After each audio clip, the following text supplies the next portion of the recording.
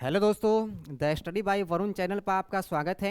दोस्तों, आज के इस वीडियो में हम लोग सेवेंथ क्लास की ओल्ड एनसीईआरटी की चैप्टर 3 को पढ़ने जा रहे हैं, जिसका नाम है उत्तर भारत के राज्य 800 ईस्वी से 1200 ईस्वी तक। इस चैप्टर में हम लोग उत्तर भारत में जो 800 ईस्वी से 1200 ईस्वी के बीच जो नए नए राज्यों का उदय हुआ, उनके बारे में इस चैप्टर में हम लोग पढ़ेंगे। तो चलिए शुरू करते हैं और पढ़ते हैं उत्तर भारत के राज्य। ठीक है, इसमें कहा जा रहा है कि उत्तर भारत के इतिहास में गुप्त शासन काल के पश्चात छोटे छोटे राज्यों का युग आया। हम लोग जानते हैं कि प्राचीन भारत में 300 ईस्वी या 250 ईस्वी के बाद से क्या हुआ कि गुप्त साम्राज्य का शुरुआत हुआ। ठीक है, जिसके शुरू करने वाले थे श्रीगुप्त। ठीक है, श्रीगुप्त, जिसे बाद में चंद्रगुप्त प्रथम को क्या कहा जाता है, गुप्त साम्राज्य का वास्तविक संस्थापक। लेकिन 500 ईस्वी के आते आते क्या हुआ कि इस साम्राज्य का पतन होना शुरू हो गया। तो इसी साम्राज्य के पतन होने के पश्चात छोटे छोटे राज्यों का उदय उत्तर भारत में हुआ। जैसे देखिएगा तो कन्नौज में देखिएगा तो मौखरी वंश, कन्नौज में मौखरी वंश। ठीक है, उसके अलावा थानेश्वर में देखिएगा तो आपको पुष्यभूति वंश, थानेश्वर में पुष्यभूति, जिसके शासक थे हर्षवर्धन, पुष्यभूति वंश। उसके बाद देखिएगा असम में, देखिएगा बंगाल के असम में तो यहाँ मिल जाएगा आपको वर्धन वंश, वर्धन वंश।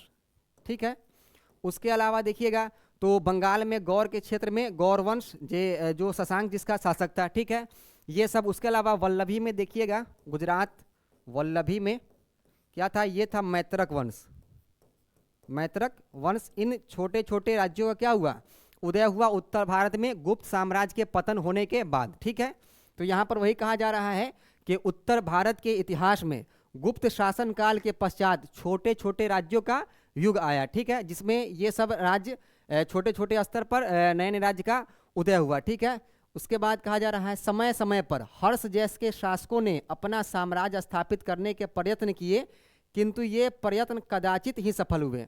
ये कहा जा रहा है कि समय समय पर, मतलब इसमें क्या हुआ कि कुछ कुछ समय पर क्या होता था, हर्ष जैसे शासक, जिसे हर्षवर्धन कहा जाता है, हर्षवर्धन, हर्षवर्धन जो उत्तर भारत का शासक था और था किस वंश का, तो ये पुष्यभूति वंश का था। ठीक है, ये 606 से 647, 647 ईस्वी तक पूरे उत्तर भारत को क्या किया, एक सूत्र में पिरो दिया था। ठीक है, तो ये कभी कभी कुछ कुछ समय पर क्या होता था, हर्ष जैसे शासकों का भी इस उत्तर भारत में उदय हुआ। लेकिन क्या हुआ, किंतु ये प्रयत्न कहीं कहीं ही सफल हो सके, जैसे हर्ष ने किया, उसके अलावा और किसी ने भी उत्तर भारत के बड़े क्षेत्र पर शासन इस काल में नहीं किया। ठीक है, उसके बाद फिर भी साम्राज्य स्थापित करने की इच्छा समाप्त नहीं हुई। इसमें कहा जा रहा है कि ये प्रयास असफल होने के बावजूद भी क्या हुआ कि ये ऐसा प्रयास करना क्या हुआ, स्थापित करने की इच्छा किसी की समाप्त नहीं हुई। सभी शासक सोचते थे कि हम अपने साम्राज्य का विस्तार करें, दूसरे सोचते थे कि हम अपने साम्राज्य का विस्तार करें। ये क्या हो रहा था कि ये इच्छा कभी समाप्त नहीं हुई। ईस्वी सन 750 से 1000 तक 3 बड़े राज्य उत्तर भारत पर अपना अधिकार स्थापित करने के प्रयत्न में परस्पर युद्ध करते रहे, लेकिन किसी भी राज्य को अधिक काल के लिए सफलता नहीं मिली। ये कहा जा रहा है कि 750 से लेकर और 1000 ईस्वी तक उत्तर भारत के में अधिकार के लिए क्या हुआ, 3 युद्ध लड़े गए, 3 बड़े राज्यों के बीच युद्ध लड़ा गया, लेकिन ये किसी के पास ये कंप्लीटली वो नहीं उसे जीत पाया या किसी तरह से कब्जा उस पर नहीं कर पाया। वही कहा जा रहा है कि उत्तर भारत पर अधिकार स्थापित करने के प्रयत्न में परस्पर युद्ध करते रहे, लेकिन किसी भी राज्य को अधिक काल के लिए, किसी भी जो 3 राज्य थे उनको अधिक काल के लिए सफलता प्राप्त नहीं हुई। ठीक है, आगे कहा जा रहा है कन्नौज के लिए संघर्ष। ठीक है, इस वक्त ही 800 से ईस्वी से लेकर के 1200 ईस्वी के बीच जो कन्नौज उत्तर भारत की राजधानी थी, जो महत्व पहले पाटलिपुत्रा का था, वही महत्व हर्ष के समय में कन्नौज का हो गया था। ठीक है, इसलिए कन्नौज पर क्या हुआ, अपना अधिकार स्थापित करने के लिए ये संघर्ष हुआ था, जिसे क्या कहता है, कन्नौज के लिए संघर्ष। ठीक है, उत्तर भारत में कन्नौज नगर पर अधिकार करने के लिए कई लड़ाइयाँ लड़ी गई। उत्तर भारत में जो कन्नौज था उस पर अधिकार करने के लिए कई लड़ाइयाँ लड़ी गई। यह नगर हर्ष की राजधानी और उत्तर भारत का एक प्रसिद्ध नगर था। ये क्या था, हर्षवर्धन, पुष्यभूति वंश का शासक हर्षवर्धन, जिसका कार्यकाल 606 से 647 ईस्वी था, क्या था, उसकी राजधानी थी उसके अलावा क्या था, ये उत्तर भारत का प्रसिद्ध नगर था। ये पाटलिपुत्र के पतन होने के बाद, गुप्तों के बाद जिस नए नगर के महत्व बढ़ा वो था कन्नौज। कन्नौज का महत्व इसलिए भी बढ़ा क्योंकि ये हर्ष की राजधानी थी।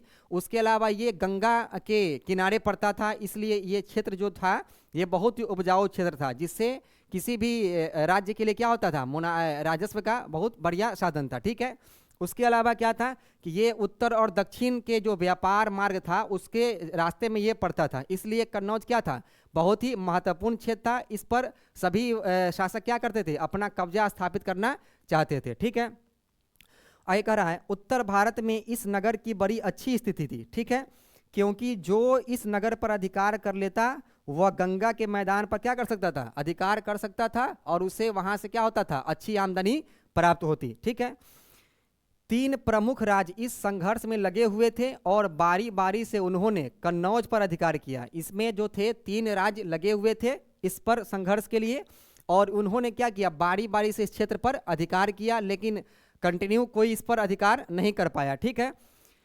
आधुनिक इतिहासकारों ने इसका कन्नौज के लिए त्रिदलीय, तीन दलों का, ठीक है, संघर्ष कहा है। ये तीन राज्य थे, राष्ट्रकूट, प्रतिहार और पाल। ठीक है, इस पर जो तीन राज्यों द्वारा लड़ा गया, तीन राज्यों के द्वारा, वो क्या था, वो इन संघर्ष को क्या कहा गया, इतिहासकारों ने कहा त्रिपक्षीय संघर्ष या त्रिदलीय संघर्ष। ठीक है, कन्नौज का त्रिपक्षीय संघर्ष या कन्नौज का त्रिदलीय संघर्ष। उनमें कौन कौन थे राज्य, तो वो थे पहले राष्ट्रकूट, ठीक है, राष्ट्रकूट, उसके अलावा पाल, और तीसरे थे प्रतिहार। ठीक है, तीसरा कौन था, प्रतिहार। तो राष्ट्रकूट की बात करें तो ये महाराष्ट्र के क्षेत्र में था। ठीक है, दक्षिण भारत में। और उसके अलावा पाल की बात करें तो ये बिहार और उत्तर प्रदेश का क्षेत्र, बिहार बंगाल का क्षेत्र। ठीक है, उसके अलावा प्रतिहार की बात करें तो ये राजस्थान और मध्य प्रदेश के क्षेत्र में ये इनका शासन था, इन तीन वंशों का, राष्ट्रकूट वंश, पाल वंश और प्रतिहार वंश। इन्हीं के बीच क्या हुआ कि कन्नौज का त्रिपक्षीय संघर्ष हुआ। कन्नौज को अपने अधिकार में लेने के लिए इन तीनों के बीच ये संघर्ष लड़ा गया, जिसे इतिहासकारों ने क्या कहा है, कन्नौज का त्रिपक्षीय संघर्ष या तीन दलों का संघर्ष। ठीक है, अब आगे देखते हैं। दक्कन के उत्तर पश्चिम भाग में नासिक के आसपास के क्षेत्र पर राष्ट्रकूटों का शासन था। ठीक है, दक्कन के उत्तर पश्चिम भाग में, जो दक्षिण भारत है उसके उत्तर पश्चिम भाग जो महाराष्ट्र का क्षेत्र है, उसमें नासिक के आसपास के क्षेत्र पर किसका शासन था, तो वो राष्ट्रकूटों का शासन था, राष्ट्रकूट वंश की। इसकी स्थापना की बात करें तो इसकी स्थापना दंती दुर्ग नामक एक व्यक्ति ने इसकी स्थापना की थी। दंती दुर्ग जो था वो चालुक्य वंश का सामंत था, लेकिन अपनी स्वतंत्रता का ऐलान इसने उससे अलग होकर के चालुक्य वंश के क्या होता है, चालुक्य वंश के पतन के बाद इसने अपनी स्वतंत्रता का ऐलान कर दिया। किसने, दंती दुर्ग ने। और एक नए वंश की स्थापना की, उसका नाम क्या था, राष्ट्रकूट वंश। वो कहाँ था, तो वो उत्तर पश्चिम महाराष्ट्र के नासिक के क्षेत्र में। ठीक है, इसकी राजधानी की बात करें तो इसकी राजधानी थी मालखेड। ठीक है, मालखेड कहिए या इसे मान्यखेट, ये राजधानी थी किसकी, राष्ट्रकूट वंश की। ठीक है, यह एक वैभवशाली, सुंदर और वैभवशाली नगर था। ये बहुत ही खूबसूरत नगर था, और इसके एक शासक हुए अमोघ वर्ष, उन्होंने इसको इस तरह सजाया था जिससे के बारे में कहता इतिहासकार कहते हैं कि इस अमोघ वर्ष ने मान्यखेड को इस तरह सजाया कि जिसे देखकर यमपुरी भी लज्जित हो जाते थे, यमलोक भी क्या होते थे, उसे देख करके लज्जित हो जाते थे। ठीक है, जैसा कि हम देख चुके हैं कि राष्ट्रकूट राज्य पल्लवों और चालुक्यों से दक्षिण के प्रायद्वीप में युद्ध करते रहे। राष्ट्रकूट क्या कर रहे थे, पल्लव और चालुक्य के साथ दक्षिण भारत में क्या कर रहे थे, ये युद्ध कर रहे थे कंटिन्यू। यहाँ पर ये है राष्ट्रकूट। ठीक है, यहीं पर इसकी राजधानी मालखेड, यहाँ पर पल्लव, यहाँ चालुक्य, और यहाँ पर ये पल्लव वंश था। इससे अपने साम्राज्य विस्तार के लिए राष्ट्रकूट वंश क्या करता था, चालुक्यों और पल्लवों से, चालुक्य और पल्लवों से हमेशा क्या करते थे, युद्ध करते रहते थे। ठीक है, और आखिरी में क्या होता है कि ये राष्ट्रकूट इन दोनों को क्या करते हैं, हरा देते हैं। ठीक है, पर अमोघ वर्ष उनका एक महत्वाकांक्षी शासक था। अमोघ वर्ष गोविंद तृतीय, इंद्र तृतीय का पुत्र था। ठीक है, लेकिन वो क्या था, बहुत ही महत्वाकांक्षी शासक था, जो राष्ट्रकूटों को उत्तर भारत में भी उतना ही शक्तिशाली बना देना चाहता था जितने कि वे दक्कन में थे। इसलिए कन्नौज पर अधिकार करके उसने उत्तर भारत पर शासन करने का प्रयत्न किया। ठीक है, इसका जो अमोघ वर्ष एक शासक हुआ है वो बहुत ही महत्वाकांक्षी था। उसने सोचा कि जिस तरह से मैंने दक्षिण भारत में अपने साम्राज्य का विस्तार किया है, उसी तरह क्या करे, उत्तर भारत में भी अपने साम्राज्य का विस्तार करे और उत्तर भारत के क्षेत्रों को भी क्या करे, अपने साम्राज्य में मिला ले। ठीक है, आगे है प्रतिहार दक्षिण राजस्थान के कुछ भागों और अवंती पर शासन करते थे। प्रतिहार जो थे, प्रतिहार वंश, उसे गुर्जर प्रतिहार कहा जाता है। ठीक है, वो क्या थे, दक्षिण राजस्थान और अवंती यानी मध्य प्रदेश। ठीक है, ये है प्रतिहार। ठीक है, यहाँ पर प्रतिहार वंश ये कहाँ है, दक्षिण राजस्थान और अवंती के क्षेत्र में क्या करते थे, ये शासन करते थे। ठीक है, मध्य प्रदेश के क्षेत्र में शासन करते थे। वे पहले स्थानीय अधिकारियों के परिवार थे। ये क्या थे, स्थानीय अधिकारियों के परिवार थे, जिन्हें सामंत कहा जाता था। मतलब राजा अपने अधिकारियों क्या करता था, कोई क्षेत्र देता था, उन्हीं अधिकारियों क्या थे, ये परिवार थे। पर अब वे स्वतंत्र राजवंश बन गए। ठीक है, वे क्या हो गए, वो स्वतंत्र राजवंश बन गए। ठीक है, और उस समय के इतिहास जानने के साधनों में से एक मलेच्छ वंश का पता चलता है। जब प्रतिहार क्या थे, अपने जिस राजा के सामंत थे उनसे अलग होने के बाद क्या किया, इन्होंने अपनी स्वतंत्रता का ऐलान किया और एक नए वंश प्रतिहार वंश की स्थापना की। ठीक है, प्रतिहार, जिसे गुर्जर प्रतिहार कहा जाता है, जिसे गुर्जर प्रतिहार कहा जाता है। और इसके जो संस्थापक थे उनका नाम था हरिश्चंद्र। ठीक है, लेकिन इसके जो वास्तविक संस्थापक थे उनका नाम था नागभट्ट प्रथम। ठीक है, ये गुर्जर प्रतिहार वंश के क्या थे, संस्थापक थे। और ये नागभट्ट प्रथम क्या थे, ये गुर्जर प्रतिहार वंश के वास्तविक संस्थापक थे। ठीक है, उसी समय क्या हुआ कि उस समय के इतिहास जानने के साधनों में से, उस समय के जो इतिहास जानने के जो स्रोत है उनमें से एक मलेच्छ वंश का पता चलता है। पहले प्रतिहार इन्हीं मलेच्छों को पराजित करके शक्तिशाली बन गए। पहले क्या थे, प्रतिहार ने इन्हीं मलेच्छ वंश को पराजित किया और शक्तिशाली बन गए। ठीक है, मलेच्छ शब्द का अर्थ होता है असभ्य जाति अथवा बहिष्कृत जाति व्यक्ति। ठीक है, असभ्य, मलेच्छ का मतलब होता है असभ्य जाति या बहिष्कृत व्यक्ति। ये भी एक पॉइंट है, इसको भी आप लिख सकते हैं कि मलेच्छ का मतलब, कभी एग्जाम में पूछा जाए कि मलेच्छ का मतलब क्या होता है, तो असभ्य जाति अथवा क्या, बहिष्कृत व्यक्ति। ठीक है, इस शब्द का प्रयोग विदेशियों के लिए किया जाता था। ये जो शब्द है इसके बारे में कहा जाता है कि ये शब्द जो है मलेच्छ अरबों के लिए प्रयोग किया जाता था, अरबों के लिए प्रयोग किया जाता है, जिनके द्वारा 712 ईस्वी में सिंध पर आक्रमण किया गया था।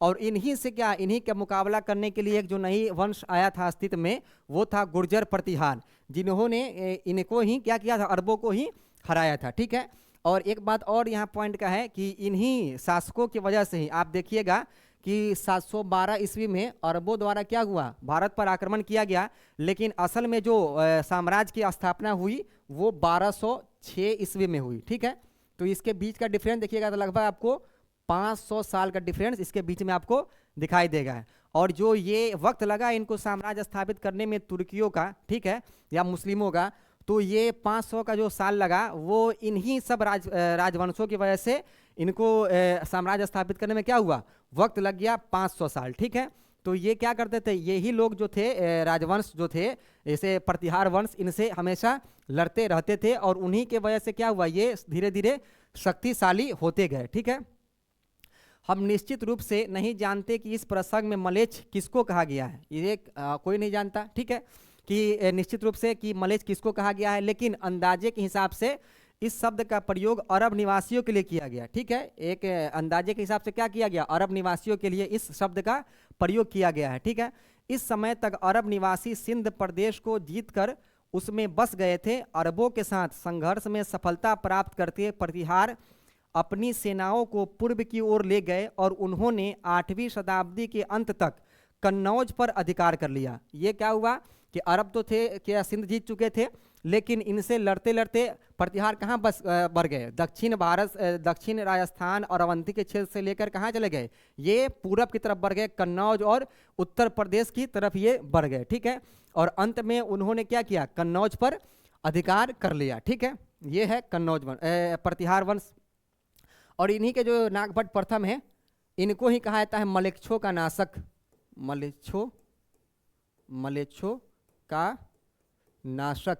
ठीक है, किसे कहा जाता है? तो ये नागभट्ट प्रथम जो प्रतिहार वंश के वास्तविक संस्थापक है। ठीक है, आगे है, किंतु बंगाल पर शासन करने वाले पाल वंश के राजा भी कन्नौज पर अधिकार करना चाहते थे। ठीक है, क्या हुआ कि उस वक्त जो बंगाल के क्षेत्र पर और बिहार के क्षेत्र पर जिसका शासन था वो था कौन? वो थे पाल वंश।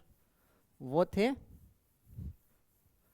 कौन थे? वो थे पाल वंश। ठीक है, लेकिन इनकी भी क्या थी महत्वाकांक्षा? ये भी चाहते थे कि हम बिहार और बंगाल से आगे बढ़कर पश्चिम की तरफ कन्नौज के क्षेत्र पर अपना अधिकार, अपने साम्राज्य का विस्तार करें। ठीक है, पाल वंश के राजाओं ने लगभग 400 वर्ष राज किया। क्या पाल वंश के राजाओं ने क्या किया? लगभग 400 वर्ष तक राज किया। ये 750 ईस्वी से लेकर के लगभग 1200 अरबों के आक्रमण तक क्या था इनका साम्राज्य चलता रहा। ठीक है, संपूर्ण बंगाल और बिहार के बहुत से भाग में उनका राज्य फैला हुआ था। कहाँ तक था? पूरा बंगाल, उसके अलावा बिहार के कुछ भागों तक। ठीक है, गोपाल पाल वंश का पहला राजा हुआ। इसके जो पहले राजा थे और पाल वंश के जो संस्थापक थे उनका नाम क्या था? ये गोपाल थे। ठीक है, ये राजा कब बने? ये 750 ईस्वी में शासक हुए और 770 ईस्वी तक इनका कार्यकाल था। और ये जो थे एक बौद्ध क्षत्रिय थे, बौद्ध क्षत्रिय थे। ठीक है, ये बौद्ध क्षत्रिय थे। ठीक है, इनको क्या किया कि वहाँ के लोगों ने बंगाल में फैली अव्यवस्था से परेशान होकर कुछ लोगों ने, कुछ सरदारों ने क्या किया कि गोपाल जो बौद्ध क्षत्रिय थे इनको क्या किया? अपना राजा चुन लिया। और इतिहास में ये पहली बार हुआ इस तरह से कि किसी को वहाँ की जनता ने क्या किया था? राजा बनाकर गद्दी पर बैठाया था। तो वो कौन थे? तो वो थे गोपाल। और कब से कब तक? तो 750 से 770 ईस्वी तक इनका कार्यकाल था। और इन्होंने जो वंश की स्थापना की वो क्या था? वो पाल वंश था। और ये क्या थे? एक बौद्ध क्षत्रिय थे। ठीक है, राजवंश का पहला राजा बिना किसी उत्तराधिकारी के मर गया था, अतः वहां के सरदारों ने गोपाल को अपना क्या किया? शासक चुन लिया। पाल वंश की स्थापना के लिए गोपाल का ही क्या किया जाता है? स्मरण किया जाता है कि इसकी स्थापना किसने की? तो गोपाल ने की। ठीक है, आगे है, गोपाल के पुत्र धर्मपाल ने अपने राजवंश को और अधिक शक्तिशाली बनाया। इसके जो बेटा हुए आगे, उनका नाम था धर्मपाल। ठीक है, धर्मपाल, उन्होंने क्या किया? इसके साम्राज्य को और भी मजबूत बनाया और पाल वंश को एक शक्तिशाली साम्राज्य की श्रेणी में लाकर के क्या किया? खड़ा कर दिया। ठीक है, वो थे धर्मपाल।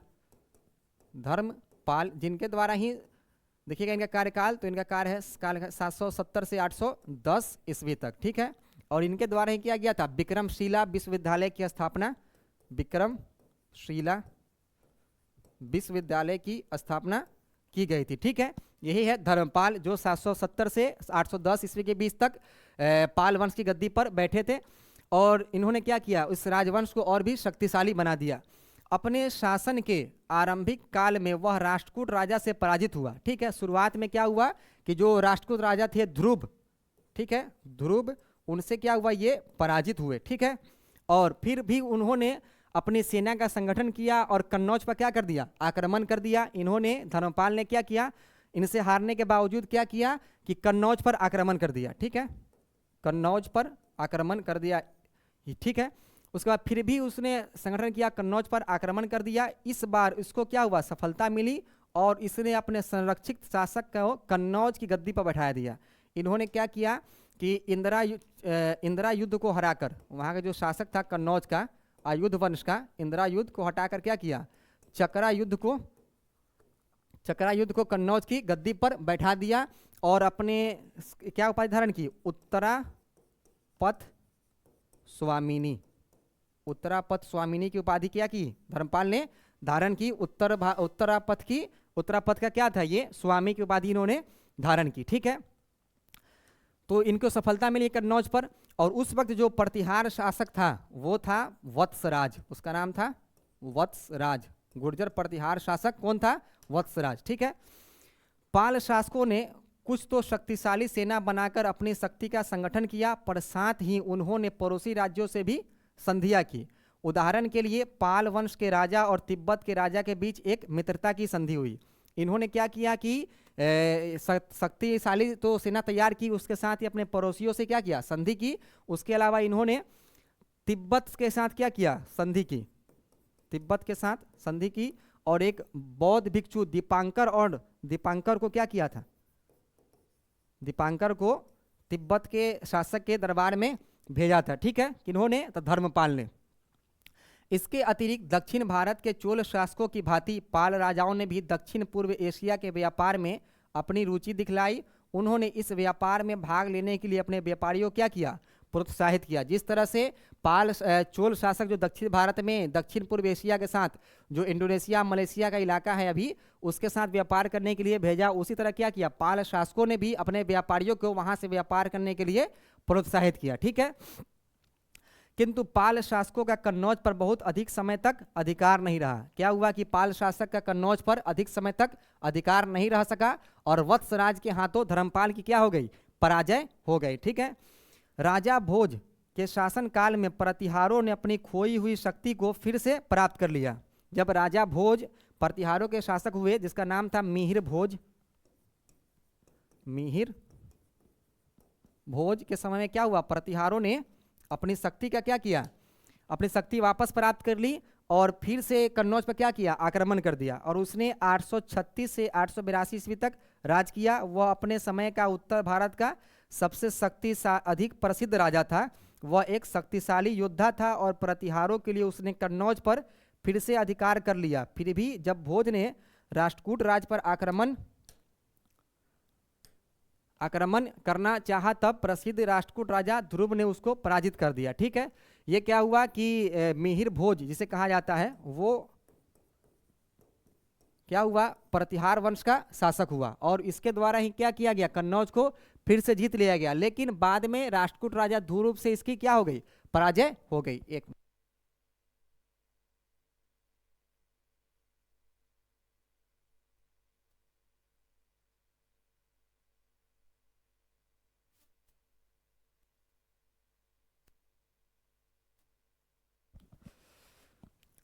क्या हुआ, प्रसिद्ध राष्ट्रकूट राजा ध्रुव से उसको पराजित कर दिया, ठीक है।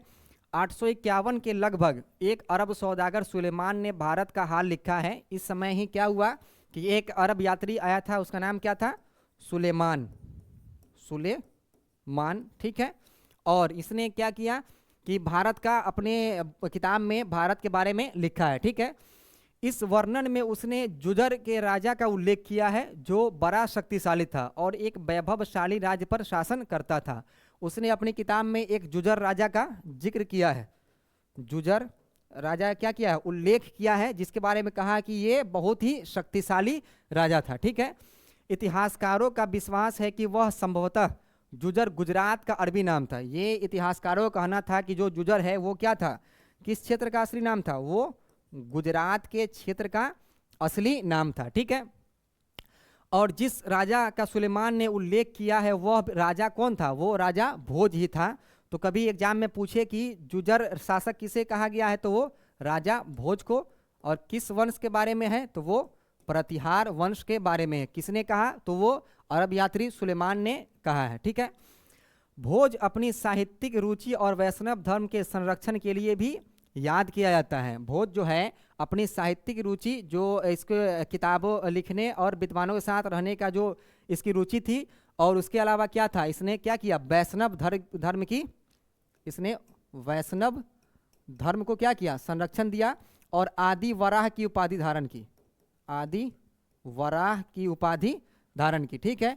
इसके कुछ सिक्कों में विष्णु के अवतार वराह के चित्र मिलते हैं और उसने आदि वराह की क्या की, उपाधि धारण की। कहा जाता है कि एक लंबे शासन के बाद उसने अपने राज्य का परित्याग कर दिया, पर हो सकता है कि यह सही नहीं हो। इसके बारे में कहा जाता है कि इसने लंबे शासन के बाद अपने गद्दी को खुद ही से छोड़ दिया और अपने उत्तराधिकारी को सौंप दिया। 916 ईस्वी में राष्ट्रकूटों ने अपनी शक्ति का पुनः संगठन किया और इन्होंने फिर से कन्नौज पर आक्रमण किया। इस समय तक कन्नौज पर अपना अधिकार स्थापित करने की इच्छा रखने वाले तीन राज्य राष्ट्रकूट, पाल और प्रतिहार लगातार परस्पर युद्ध करते करते थक गए थे, ठीक है। ये 916 ईस्वी में राष्ट्रकूटों ने अपनी शक्ति क्या किया, पुनः से संगठित किया और कन्नौज पर क्या किया, आक्रमण किया। इस समय तक कन्नौज क्या हुआ, कन्नौज पर अपना अधिकार स्थापित करने की इच्छा रखने वाले तीन जो बड़े राज्य थे राष्ट्रकूट, पाल और प्रतिहार, ये लगातार अपने लड़ते रहे और लास्ट में क्या हुआ, लड़ते लड़ते इनकी शक्ति खुद ही खत्म होती चली गई। वे आपस में युद्ध में इतने व्यस्त हो गए कि उनको यह भी पता न चला कि वे कितने अधिक कमजोर हो गए हैं। वो आपस में लड़ते लड़ते उनको ये एहसास तक नहीं हुआ कि वो लोग बाद में क्या हो गए, बहुत ही कमजोर हो गए। 100 वर्षों के अंदर इन तीन राज्यों का क्या हुआ, पतन हो गया। जिस क्षेत्र पर राष्ट्रकूटों का राज था उस पर उत्तरकालीन चालुक्य शासन की स्थापना हुई। वो तैलप द्वितीय द्वारा, तैलप सेकेंड के द्वारा क्या किया गया, कल्याणी के चालुक्य वंश की स्थापना की गई। ठीक है। पाल राज्य पर चोल सेनाओं ने आक्रमण किया और बाद में उस राज्य पर सेन वंश की स्थापना हो गई। इस पाल वंश पर क्या किया, राजेंद्र चोल द्वारा हमला किया गया महिपाल प्रथम के समय में गंगा जल को प्राप्ति के लिए। ठीक है। और क्या हुआ कि इनके द्वारा जो हमला किया गया, इससे पाल साम्राज्य धीरे धीरे बिखरता चला गया और पाल शासन की जगह पर नए वंश सेन वंश की स्थापना हुई। ठीक है। किसके द्वारा, तो सामंत सेन के द्वारा, सामंत सेन के द्वारा और स्थापित किया गया। उस राज्य पर सेन वंश का शासन स्थापित किया हुआ। उसके बाद प्रतिहार राज्य बहुत छोटे छोटे राज्यों में बट गया, जिनमें से कुछ का संबंध राजपूतों के उत्थान से था। ठीक है। ये बाद में प्रतिहार वंश भी धीरे धीरे खत्म होते गया और कन्नौज के क्षेत्र पर देखिएगा बाद में तो एक नए वंश गहरवाल वंश की स्थापना होती है। तो ये थे कन्नौज के त्रिपक्षीय संघर्ष, जिसके बारे में हम लोगों ने इस वीडियो में बात की है। आगे जो बचा इसके राजपूत काल, उसके अलावा जो उस वक्त के जो हालात थे, सामाजिक आर्थिक हालात, उनके बारे में हम लोग अगले वीडियो में बात करेंगे। बहुत बहुत शुक्रिया।